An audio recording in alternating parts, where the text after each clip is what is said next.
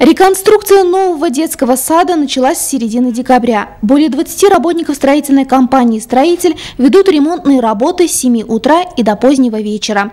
Уже заменены практически все окна, идет к завершению и замена кровли. Складку делают там на крыше, трубы поднимают воздушные, эти туалетные, все эти поднимают. А потом уже крышу будем закрывать. Все сделают, вот 2 дня, может 3 дня. Пройдет и крыша закроется у нас. Пока же это полуразрушенное здание совсем не похоже на дошкольное учреждение, но строитель планирует вести работы в 2 смены, чтобы успеть все сделать в срок. Все перегородки ломаются, двери все меняются, окна меняются, полы все скрываются. Здесь сейчас теплые полы будем делать электрические, все пластиковые окна поставить, витражи, новую систему отопления, вентиляции, водопровод, канализации, электричество, все полностью менять. Здесь мини-котельную поставим, чтобы тепло было здание.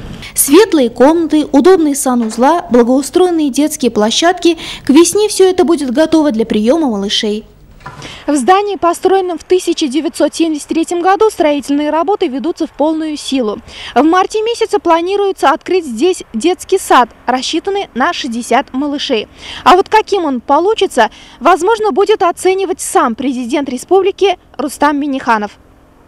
Надо сказать, что при поддержке президента республики Рустама Минниханова в рамках проекта «Белякеш» и в микрорайоне железнодорожников будет открыт новый детский сад.